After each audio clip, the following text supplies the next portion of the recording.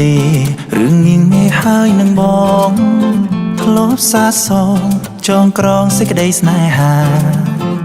គ្រានោះយើងបានធ្ពងដៃសន្យាផុតខែវស្សារៀបការនឹងគ្នាអីលើបាត់ពើបាត់សូនឈឹងបាត់ដំណឹងប្រលឹងមិនឃើញវិលវ័យចាំបាត់ស្ងាត់សូនអូនអើយអូនស្រីរឿងមួយមានថ្មីចោលបងទៅហើយ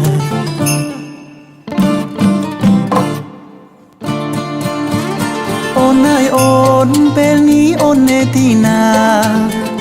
ដឹងទេថាអ្នកណាកំពុងរីងរៃគឺរូបបងដែលនៅរងចាំពីស័យចាំសំដីស្រីថាត្រឡប់មកវិញ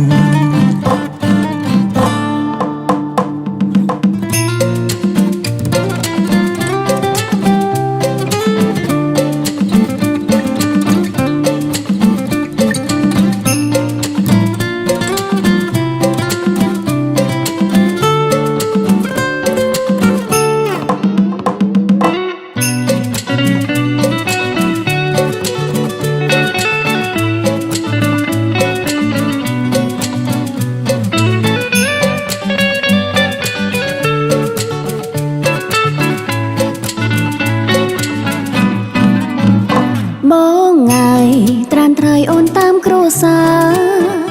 គាត់ប្រាប់ថាគេនោះអ្នកមានស្ដុកស្ដំគេទៅអាចមើលថែរក្សាមុំលាទាំងបងខំមុំលែងបានវិលវ័យ